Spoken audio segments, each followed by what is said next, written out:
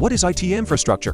A beginner-friendly explanation. आता काय होतं बऱ्याच वेळा मुलांना प्रोग्राम रन नाही करता आला तर त्यांना ते कोडिंगचं नॉलेज येत नाही. पण मग अशा मुलांसाठी पण आपल्याकडे अपॉर्च्युनिटीज आहेत की कोडिंग मध्ये इंटरेस्ट नसला किंवा कोडिंग मध्ये इंटरेस्ट असो वा नसो, पण आता सध्या मार्केटमध्ये डेव्हऑप्स प्लॅटफॉर्म चालू आहे आणि त्या डेव्हऑप्सच्या प्लॅटफॉर्मवरती तुम्ही क्लाउडमध्ये इंटर्नशिप करू शकता, सायबर सिक्युरिटी मध्ये करू शकता, इथिकल हॅकिंग आहे, पेनिट्रेशन टेस्टिंग आहे. तर ह्या सेगमेंटमध्ये काय येतं की तुम्हाला इन्फ्रास्ट्रक्चर नॉलेज कंपल्सरी गरजेचं आहे. तर इन्फ्रास्ट्रक्चर मध्ये असं असतं की तुम्हाला नेटवर्क फंडामेंटल्स, सर्व्हर फंडामेंटल्स आणि हे सगळं देऊन आपण त्याचा प्रोजेक्ट क्लाउडवरती डिप्लॉय करू शकतो.